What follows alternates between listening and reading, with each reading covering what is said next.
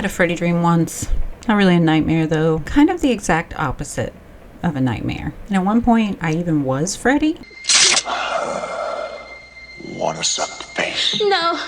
But we're not gonna look too deep into that one. Let me know if you've had some Freddy dreams down in the comments, because I'm just curious how many people do that, even if they're not like mine was. Today we're delving into dreams to analyze Mr. Frederick Krueger. I'm Micah, licensed therapist. Think you're so smart, huh, bitch? And here we like to talk about horror. I had to talk about one of my all-time favorites who has haunted dreams for decades. But what drives this nightmare?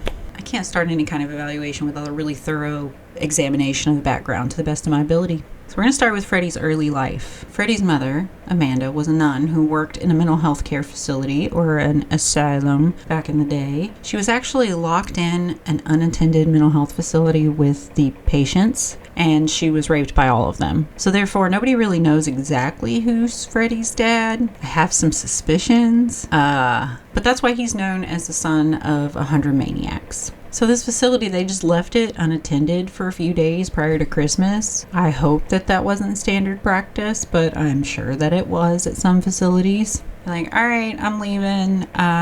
Y'all just don't kill each other. I'll see you in the new year. So at this point, Freddy's life was not getting off to a great start. I imagine that given the circumstances of his conception, the mom was under a lot of stress. The bastard son of 100 maniacs. Not only was she pregnant with a child because of a horrifyingly tragic event, but she was also a nun, and so this was like really messing with her lifelong wishes and her dreams. I'm sure that there was quite a bit of shame there. That amount of stress during pregnancy is believed to potentially have an influence on the fetus, on the development of the child, depending on what trimester you're in. That amount of stress that you feel goes to the baby as well. I'm sure she has some PTSD. So Freddy was given up for adoption, and he was adopted by a man. This man happened to be an alcoholic. It was worsening the already poor tone to Freddy's life so far. This dude had a thing for beating Freddy. Physical discipline and abuse just breed more violence. Thank you, sir. May I have another?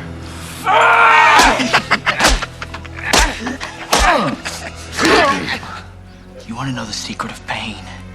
They teach the kid like it's cool, this is how we handle things. That being said, a lot of people face horrendous abuse and don't turn into serial killers. There's more than just nurture at play. Like many deviant predators, there was early warning signs that were ignored because, well, that's easier. Not to mention, he was being cared for by a very negligent and abusive person who probably didn't give a crap. So we know that Freddy once killed a class hamster and had a history of self-harm. So self-harm is a sign of intense emotional distress, usually a need for escape from difficult emotions. Not necessarily the sign of a future murderer, but definitely pointed to there being something wrong. Now the killing of the hamster, that's super concerning information. If Freddy checked off a few more boxes, then we would probably have conduct disorder at this point in his life. Conduct disorder will grow without appropriate intervention. Conduct disorder refers to a group of behavior and emotional problems characterized by a disregard for others. So it's antisocial behavior. That doesn't mean that they don't want to be social or against being in social situations. It means that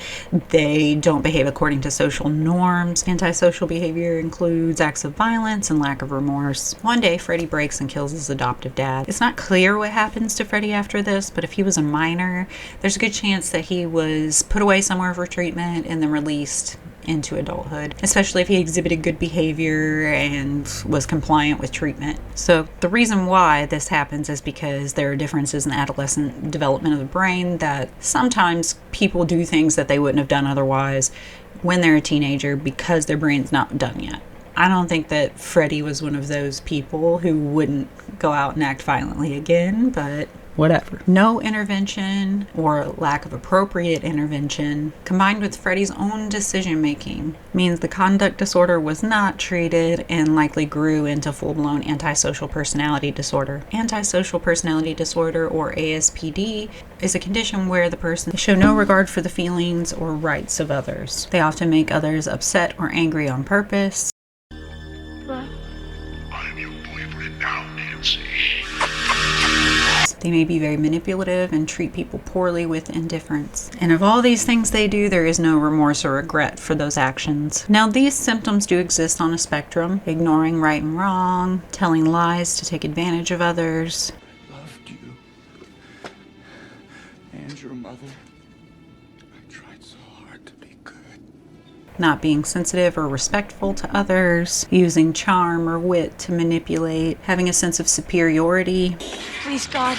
This is God. And being extremely opinionated, having problems with the law, including criminal behavior, doing dangerous things with no regard for their own safety or the safety of others, being irresponsible, failing to fulfill work or financial obligations. So Freddy's adult life isn't super clear, but we do know that he got married and had a child. He was basically living the average suburban lifestyle at that time. Much like the real murderer, Dennis Rader, or BTK, he hid his hobby from his wife and his family. So his dark hobbies included murdering children. Until Freddy's wife found his secret room where he kept all of his trophies and evidence of his wrongdoing. In true Freddy fashion, he kills his wife in front of his daughter. Don't worry, baby. Mommy just had to take her medicine for snooping in Daddy's special work. His daughter is taken into foster care. Freddy just passed the trauma that in part created him right on down to his own child. High quality parenting there. So he's caught and faces trial for his serial murders of children and that of his wife. But the justice system fails and he is set free. Shit happens. Sometimes people walk for weird reasons. Enter vigilante justice. So vigilante justice refers to trying to enforce the law without the authority to do so. It's not the best idea by any means, but that is the choice that the parents of Springwood made. They decided that they were going to handle the situation themselves, and they burned Freddy alive.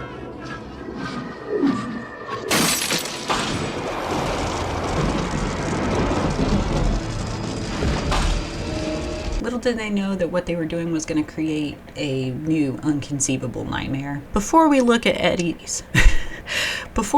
Freddy's big second act in the afterlife, we're going to summarize events from his actual life, and then we're going to look at dream theory. So first, nurture versus nature. Freddy had a healthy dose of both factors. These combined with his choices created the villain that we know and love. His biological father was very likely mentally unwell and unstable. He was a maniac in an asylum. He was also born to a mother that did not want the pregnancy. It was literally forced on her. And then he was raised by someone who was quite abusive. He didn't have a chance to see that things didn't have to be the way they were. He still chose to be a monster. Freddy's childhood conduct disorder grew right into ASPD. And just because I have to throw this in here, not all people with ASPD are serial killers or are going to harm someone physically. And not all serial killers have antisocial personality disorder. Freddy's death. With the curse that is Freddy Krueger released on the town of Springwood, we can identify that his central motivations are to exact revenge on the children of the parents who killed him. He's seeking to exert control just like he did when he was alive. But what makes Freddy different now is that he can invade dreams. So this power gives him access to his victims' deepest fears and really gives him the chance to exploit them.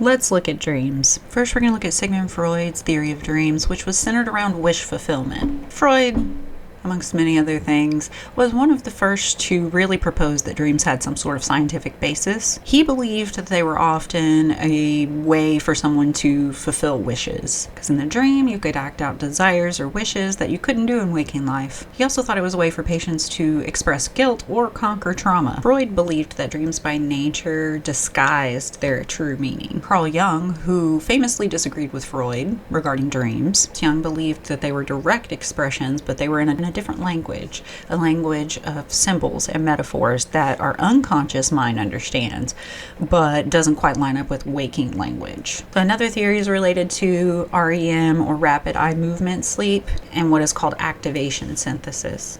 There was a discovery that during REM sleep, electronic signals that are measured by an EEG are happening in our brains. So the theory behind this was that the brain was trying to make sense of random stimuli. Thus, this theory focuses on the idea that dreams have no meaning and they're just a side effect of the brain's normal activity while sleeping. There has been some revision to this theory since it's been proposed.